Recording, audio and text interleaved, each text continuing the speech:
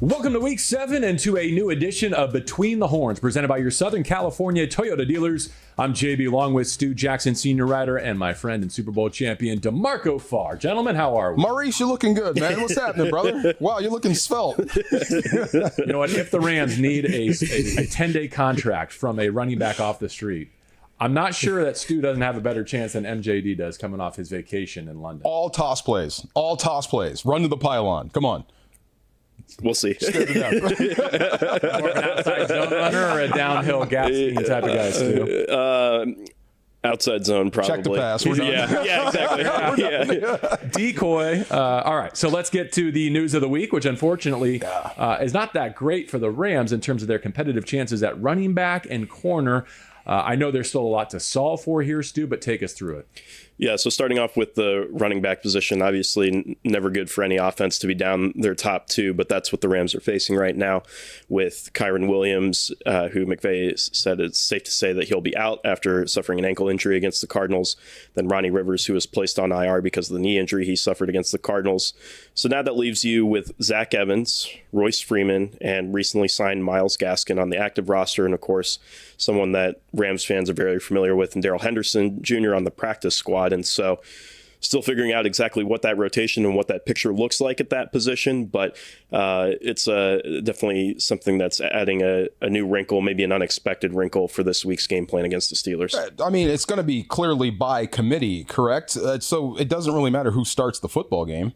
I mean, there's no streak there. But whoever starts, it doesn't matter. You're going to cede carries to the next guy anyway. I mean, it's such a shame coming off that second half rushing performance, individually for Kyren and collectively for the team, especially against a Pittsburgh defense that loves to pin their ears back and get after the passer.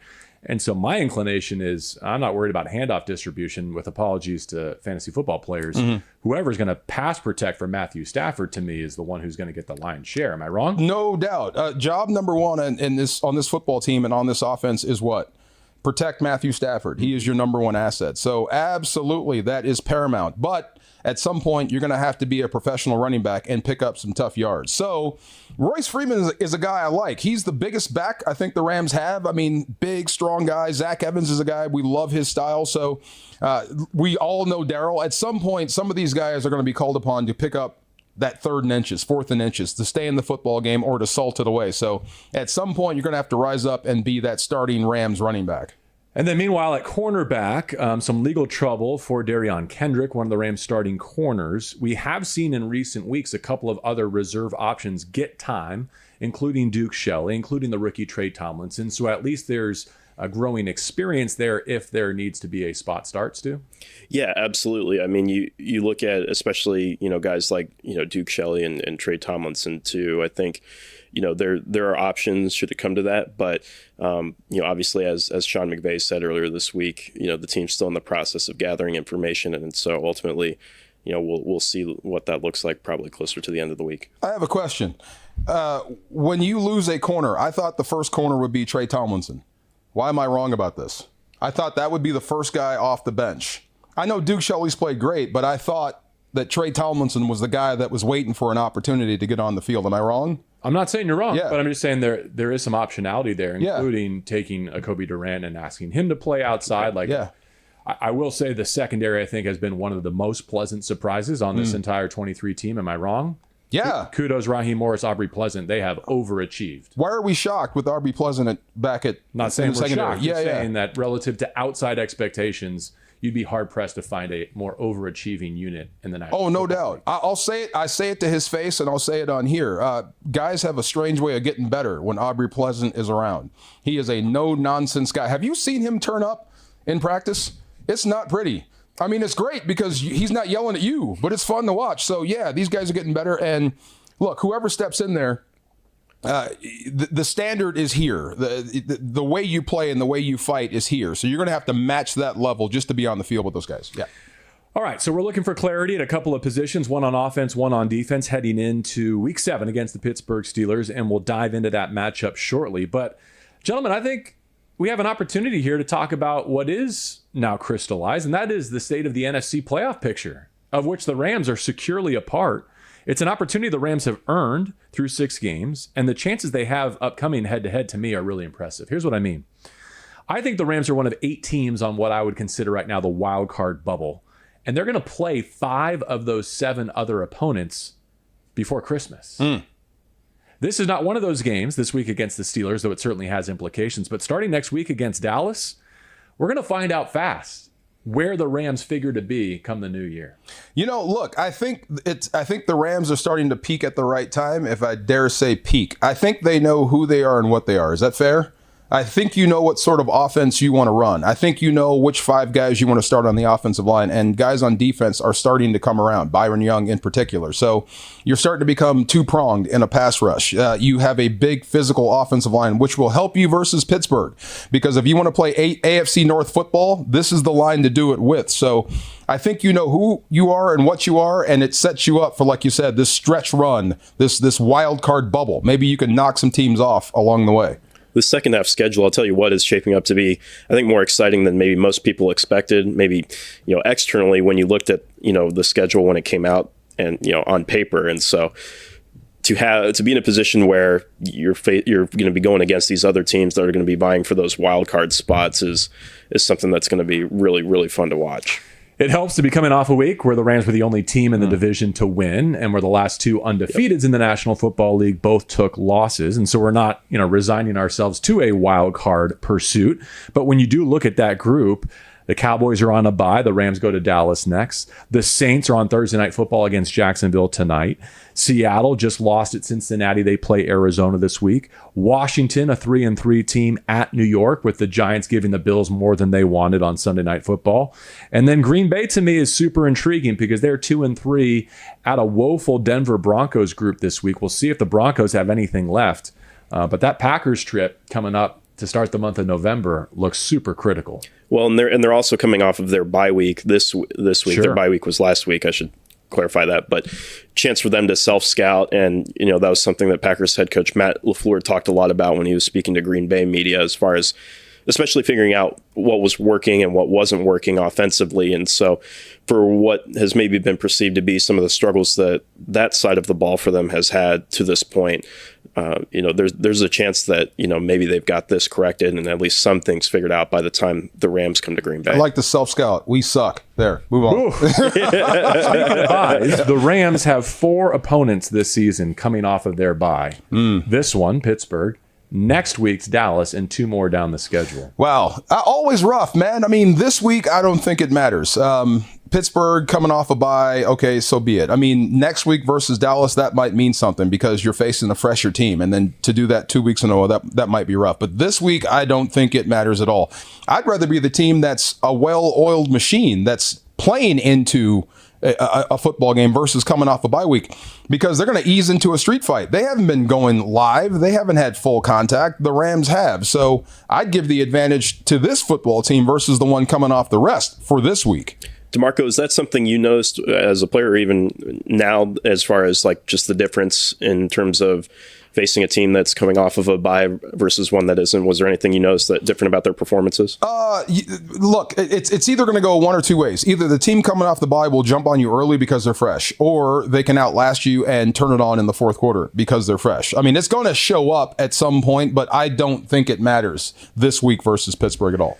Mike Tomlin's been one of the best, though, at utilizing that bye week. He's won 6 in a row with the Steelers coming off the open weekend. Before we get to the steel curtain there, let's go 3 up, 3 down. The Rams are 3-3. There are 3 of us. What if we each pick one thing that we really like about where the Rams are at this stage of the season and one thing that we think there's still room for growth? Who wants to lead off? Is the outside zone pitch to me? I get the hockey. I go, me, DeMarco, boom, you're in the box. Am I in the box? Yeah, or was it him? As Stu throws. I mean, I'll take the pitch. Go ahead. Take it. I guess I'll start with, even though that was a running play just now, I'll start with the passing offense as my positive or one thing that I like. Obviously there was a lot of talk about what's this offense going to look like when Cooper Kupp is out there with Puka Nacua. I don't think any of us expected any difficulties with them coexisting, and obviously so far that's been the case. So I've been really pleased with what I've seen, obviously from those guys and the way they've been able to play off of and alongside one another, but also Matthew Stafford. The thing that I keep going back to, or the quote that I think about a lot, is I think it was 2 or 3 weeks ago when offensive coordinator Mike LaFleur was holding his weekly press conference, and he said that Stafford's got every club in the bag as far as being able to make all the throws. And so when you combine the dynamic of Puka and Cooper doing really great, and obviously Stafford being able to make all the throws, I think that set up the passing offense to be perhaps better than a lot of people expected coming into the season. Agreed. Which club do you think he throws the best? Because he's good at deep balls. Ooh, he gets the ball out quick on screens. He's really good across the middle. Is there one he can't throw? I like the 4-iron under the trees with a little bit of shape to it to get out of trouble. Is that the hash mark to 2-2? And put you in position for birdie. Yeah, okay. You're about to take one, but here's a first down. I like that. No, I'm with you. I think a large part of that passing game or success in the passing game has been those butt and gut guys up front, the bigs up front. And we said to start the year, you've got 6 to play 5. And I think it kind of worked itself out to where the best starting 5, with all due respect, is on the field. Stu Jackson at left tackle, I think, has been great. When you added Kevin Dotson to that right guard spot, it just increased the physicality. So these guys are great at blowing guys off the ball, or getting better at blowing guys off the football. In years past, it was about zone blocking, getting to space, getting up the field, and making something happen off that. This is more about, let me grab the guy in front of you and drive him backwards and let the running back pick a hole. That's what it looked like versus Arizona. If you continue with that, and you add it to that passing game, then you've got something offensively. Perfect week to be highlighting Kevin Dotson. What a move by the Rams front office deep in the summer to add, at the time, what was a depth piece that's now emerged as a starter for this team and the highest graded guard in the National Football League, according to Pro Football Focus. So you got the passing offense, which goes hand in hand with the way the Rams have played up front. So we've started with good, right? Should I complete the good puzzle? I'll go with the rookie class for me. Yep. Largest group of rookies in modern Rams history. And I think many of them have been influential in the fact that the Rams have earned 3 wins and are even in this playoff conversation where we started. To that point, JB, one stat that really stood out to me about the rookie class, this is from Pro Football Focus, is they have I believe it's the second most or most non-quarterback snaps from rookies. Right. Wow. This year. And so you take like CJ Stroud out of the equation. Exactly. Yeah. Because obviously if CJ Stroud was factored in, like the Texans, snap numbers would be way up there, obviously. But says a lot, I think, about what they were able to get out of a draft class that obviously did not have a first round pick this year, or a class where they didn't have a first round pick to add to it. So, yeah. Kobe Turner? I mean, Kobe Turner for sure. Yeah. Just played a career high snaps against Arizona, and I think continues to shine. Going to get better. Yeah. You already mentioned Steve. Yep. Terrific at left guard, plug and play starter there. I'm thinking Byron Young for lots of reasons, because if you can find a force on the edge in the 3rd round, that sets you up for years. I mean, that's huge for lots of reasons, including the fact that 77 was the pick that the Rams got back in the Jalen Ramsey trade. And I understand that a lot of people listening to this show are saying, I still think we could have got more for Jalen Ramsey. Well, the fact is the Rams couldn't. The Rams chose that trade partner. And we hope Jalen's on the mend. Sounds like he could be back for the Dolphins sooner rather than later. But if you end up getting a force on the edge for many years to come, coming back from Miami, man, that's something that we're going to be looking back on for many, many years, saying the Rams are playing chess, not checkers. Oh, my God. All I got to say is with this kid, stop selling your tickets and increase crowd noise at SoFi. Tell me more. The guy really shows up when he has the benefit of crowd noise and he can get the jump. He's a 4-3 guy off the edge. Now, if he gets a jump on, I don't care what tackle it is. If he gets the edge, he's going to win. It's like Randy Moss. If he's even, he's leaving. You saw that last sack when he got the ball out versus Dobbs. That is a Pro Bowl looking sack if I've ever seen one. Special guys in the league get plays like that. So if he ever has, and he's starting to come around, I mean, his season from where it started to where it is now is almost night and day. But if he continues to grow like that and he gets the benefit of crowd noise, yeah, you have a homegrown edge rusher right here. There's one other rookie. I can't remember his name. He's already got a jersey in the Hall of Fame, though. Who's that guy? Puka something? Oh, that guy. Oh, yeah, Nakua. Yeah. Nakua. Yeah. Puka shells. Oh, my God, if he would have brought that in SoFi and caught that, the place was just ready to erupt. You got Puka shells, too? I'll wear them if you wear them. I'll wear them. I'll wear them to game day if you'll wear them. We can't do that. What does he have to do for the 3 of us to wear Puka shells to the stadium? Beat Pittsburgh. If he beats Pittsburgh, if he absolutely goes off. You're flying to Dallas with Puka shells? I will have Puka shells on the plane. No doubt. Yes. I love it. And I'll get a picture with him, too. Do we count the punter as a rookie as in this, too? Because I think he's been great. Punter and kickoff specialist. Yeah, Yep. he's been really good. Yeah, Absolutely. All right, so that's a lap of good. Yeah. Not that there's a lap of bad to be had, but let's face it, there's also 3 losses on the docket so far, and there's a lot of room for growth. So let's go back to Stu. Give me something that you would like to see the Rams improve perhaps as soon as this Sunday. Yeah, I think it goes to coverage over the middle, because there have just been some instances on, some of those passes from no matter what the quarterback's been, where they've just been beaten over the middle, whether it's a receiver who has that yards after catch ability or not. And I think, again, part of that may be by design. Part of it may also tie into the, the pass rush and things like that. But, especially with some of the guys that, again, you'll be facing when those divisional games come back around. And even Pat Freiermuth this week. I was just saying, even as soon as this Sunday with Steelers tight end Pat Freiermuth, or even if they have Deontay Johnson, an excellent route runner who, if he ends up getting activated off of injured reserve and comes back for them and is available, he's someone who can make things happen after the catch too, and is excellent over the middle. So I think you need to see more improvement from there. Again, especially like you mentioned, with some of the weapons they could be facing this Sunday. Oh, yeah. I mean, the eye in the sky don't lie. So first it started with Goddard, and then it moved to who else was next? Zach Ertz was next. And They did a good job against Ertz. We called his name more than anyone. No, he had to have a garbage time catch to keep his streak alive of receptions. But out there, having issues. So middle of the field. But if that's what you're giving up, if that's what you're calling, hey, look, if they beat us here, then so be it. But we're going to lock everything down. I love that about a defense. Let's just simplify it. We're going to take this away, and if they can beat us doing this, then so be it. Tip your cap. But it hasn't happened, or it happened 3 times, and you actually had a chance to win that game in Cincinnati. But for me, I would say, I was going to say pass rushing, but Byron Young, the way he's rushed, and Aaron Donald with who he is, and Jonah Williams finally came up with a big sack. So there's improvement there. So I'll kind of modify it to pass rush containment. Stop letting these quarterbacks off the hook. And it's hard to do with mobile quarterbacks. Some of these guys should have to dribble when they run. It's not fair, but that's just the way it is. But if you can keep these guys contained, you'll have a lot more sacks. You'll be on the field or off the field, watching your offense play a little bit more. So pass rush containment must improve from here on out. That was on my list too. Third down defense, quarterback contain. I think special teams, field position, all kind of tied together, stitched together in terms of areas where I think the Rams can grow. But I think having it just pop up this week, I'm going to pivot. I'm going to audible to the running back room. And if this is going to be a long-term issue, and by long-term, I mean somewhere between now and after the bye, okay, let's say for Ronnie Rivers and for Kyren Williams, then I think it's important for the Rams to find a solution there, whether it's a veteran like Royce Freeman, whether it's a newcomer like Zach, or like someone from outside the building, because it's not just moving the chains. It's not just building off of that second half rushing performance. But I go back to the first thing I said, which is every week that Matthew Stafford starts for the Rams, you got a chance to beat anybody. Mm-hmm. And I want to make sure that it's not a mental or physical breakdown from whoever's in charge of picking up that blitzer that cost the Rams not just a game, but the season. You know what I'm saying? Oh, yeah. So that's, I think, where the Rams, to me, can really solidify themselves as a contender, is by finding a solution in the backfield. Well, and I think that's where they're going to miss Kyren Williams the most, because, I mean, as much as we've all probably enjoyed seeing the highlights of him making a jump cut and then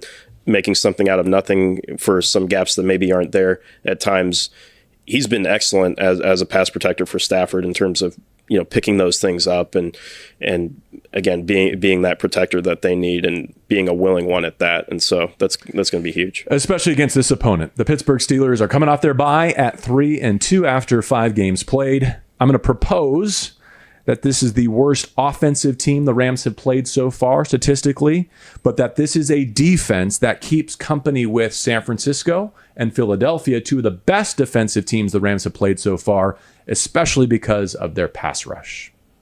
TJ Watt is a problem. He is so sneaky, so crafty, so technically sound coming off the edge. 8 sacks. He's great. Doesn't win as much as you'd think for a guy with 8 sacks, but he knows when to hit it. He knows when to exploit. That could be him or the Mike Tomlin effect. When you were talking about young backs and pass protection and you're facing Pittsburgh, that is scary, because he is great at crossing you up and making you miss. and making you make a mistake in pass protection. So, and the guy that's going to benefit from that is probably going to be TJ Watt. So whoever is in at running back and tight end, because they all factor in to stopping these edge guys from getting to Matthew Stafford. You're all going to have to be on your game. And last week, I thought they were. So let's hope it carries over to this week. And let's not forget about Minkah Fitzpatrick on the back end for the Steelers secondary either. I mean, somebody who's obviously played at an all-pro and Pro Bowl level in his career and will definitely be a difference maker, someone who, is usually adept at getting turnovers. Question for you two to ponder while I send it to Sean McVay. How many points do you think the Rams will need to win in Week 7? Okay, so think about that one while we get Sean McVay's profile of this Pittsburgh defense. They've always been such a high-level operation with Coach Tomlin's leadership, and it always starts up front. And you look at Watt and Highsmith off the edges. They've got excellent depth behind them. They can push the pocket interior-wise, and they do a great job of playing hard on all three levels, and they can do it in a variety of ways. And a lot of times when they're creating that pressure, it's just coming off of a four-man rush. So we've got our work cut out for us, but I think it's going to be incredibly important, like any week, but especially against an outfit like this, to be efficient on those early downs and not get into some of those situations where they can really pin their ears back and dictate the terms, and that makes it really difficult against excellent players, great schemes, and it'll be good. That's what you love. Our work is certainly cut out for us. DeMarco and I were talking this morning about how this game is very reminiscent of another one the Rams have already played. Farr, take it away and tell us why. I'm thinking, how many possessions per game do you think, if it's even and there's no takeaways? 8 to 10 possessions per? In a game? In a game, yeah. If you're holding the football. So, look, I think if you score one touchdown per quarter, 28 points, I think that should be more than enough to beat Pittsburgh. What do they score in a game, Pittsburgh? If you subtract out the non-offensive, it's less than 13 per game. Yeah. Just their offensive production. And they're getting healthy. They're getting some guys back, so that's going to improve. And Pickett's getting better. So I think if you get into the mid-20s, upper 20s, you've got a great chance to beat Pittsburgh. Which is similar sentiment to what? To when we were in Cincinnati in Week 3. Yeah. Now it's different because Pickett just hasn't proven that he's capable of orchestrating this offense. Everyone in Pittsburgh wants to fire their offensive coordinator. We don't need to get into that. But Burrow on one leg was kind of a similar feel where it's like, all right, the Rams don't beat themselves here today. If they don't give this Cincinnati pass rush too many opportunities to tee off and to create game-changing plays, you can get out of here with a 19, 20, 21, 24-point victory. Not saying that's the margin of victory, but that might be all you need to win this game. Especially if the defense can play at times the way we've seen it play to its potential. I think 28 points, to DeMarco's point, should be more than enough. Najee Harris, I have to say that. I don't want to disrespect the guy. No, and we're talking about the Steelers without mentioning him. Don't get us wrong, especially coming off the bye. Yeah. Pittsburgh put together its best game of the season and have a great offensive day at SoFi for sure.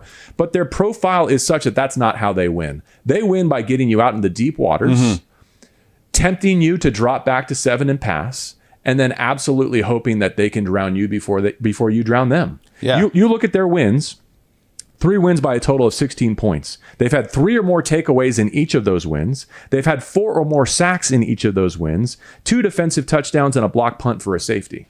That's Steeler Bowl. That is Steeler football in a nutshell right there. I mean, going back to the 70s, that is Steeler football. Feels like a lot of the games I've watched, certainly. right. And so when I look at their defensive profile, they've had a lot of trouble with some opposing receivers. They've been leaky against the run. They're missing Cam Hayward, their best interior run stuffer. But this feels like a trap. In fact, I told DeMarco, because he's a Star Wars guy, this feels like an Admiral Akbar game, right? Say it. It's a trap. It's a trap because you're down your top 2 running backs. Yeah. You see some vulnerabilities there. You feel like you really put it together in your pass protection. The Rams had a great game in pass protection against the Cardinals. But these are not the Cardinals. Highsmith and Watt, they are not the Arizona Cardinals, with all due respect.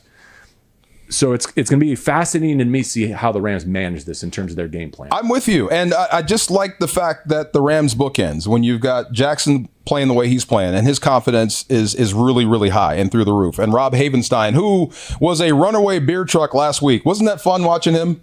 Leading the offense down the field, knocking people over. Give us this. Give him this, Give us the Andrew Whitworth. Run the ball, Sean. Run the ball. I like seeing that. So, I mean, look, I think they're playing their best ball, and I think they are ready. They are as ready as they're ever going to be to face a challenge like this. But you've got to be consistent in the run game to keep those guys off balance. If they tee off on you, you've got issues. How about the former Steelers in this game? We've already touched on Dotson having a great year. Akella Witherspoon also. Where would the Rams be? Probably not at 3-3 without his efforts. Yeah, absolutely. He's been such a calm and stabilizing presence in the secondary, something I wrote about last week. And again, for something that maybe a move externally that maybe went under the radar, perhaps because of the timing. It was late June when Akella signed with the Rams. It's turned into as maybe even greater return on their investment than the Rams maybe originally thought they were getting with him, just with his leadership, the way he's been able to calm a very young and energetic secondary at times when they've gotten too high, or even bring them back up if they've gotten too low. There have been ways in both tangible and intangible, I feel like, where he's made a measurable impact on this group. Doesn't he remind you of Marcus Peters? In some ways, where he kind of gets lost on the field and all of a sudden he crosses right in front and picks one off, or almost picks one off. Lost or baiting the quarterback and having eyes on his arm to go get something. It's insane. He should have had a pick six last week. You think he's not there, and then all of a sudden he's in position to make a big play. So, yeah, tremendous pickup. And I'm glad you said calm, because I can't hear the guy.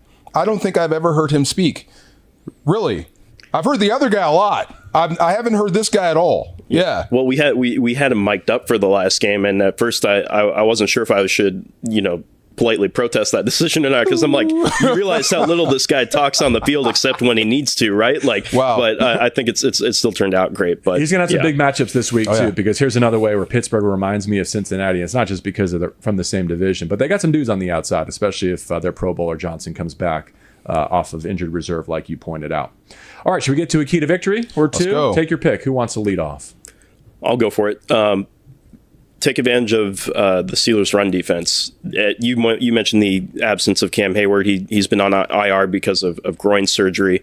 The Steelers' run defense has really missed his presence up front, I think. They enter Week 7 allowing the 4th most rushing yards per game.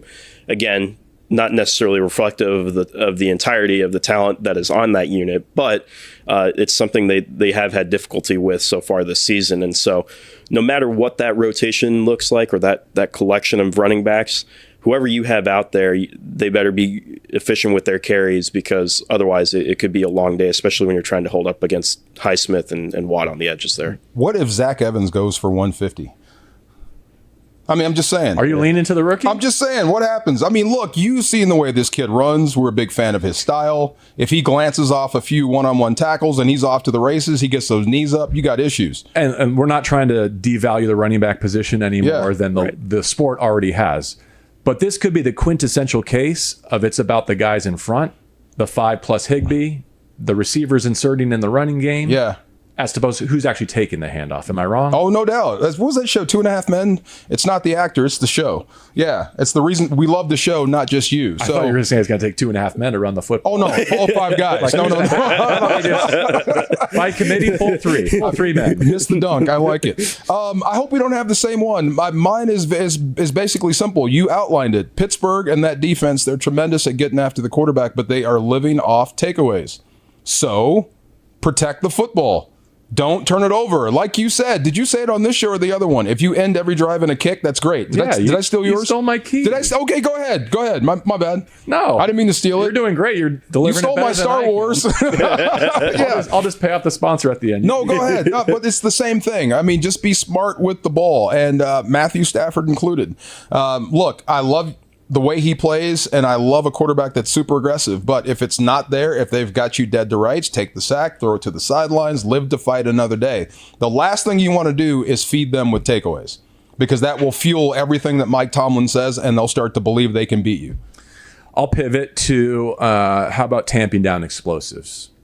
Like, I think if this is a game where Pickett has to string together 8, 10, 12 play drives, the Steelers have yet to rush for a touchdown this season. They're the worst red zone offense in the National Football League. So if you're looking for another key to this one, it's how do you finish drives, right? I did want to say finish every drive with a kick, a field goal, an extra point, or a punt. but I'll say finish drives with 7, not 3. Love it. Because if the Rams are getting 7, I don't think Pickett and this offense has demonstrated the ability yet to keep up. All right, anything else before we go? I'm glad this game is here and not Pittsburgh. Because coming off a bye, then I think it will matter more. They got to come across the country. It's a little bit different, but like you said, this is your house. So I love the terrible towel, but I love to see it stop spinning slowly and in the pocket and then left on the chair after they lose. Or it fits in your carry-on luggage. Perfect. Let's do that. All right. For DeMarco Farr and Stu Jackson, I'm JB Long. Week 7 at SoFi Stadium coming your way. Hope you can join us in person. The Pittsburgh Steelers and the 3-3 Los Angeles Rams. As always, Between the Horns is presented by your Southern California Toyota dealers.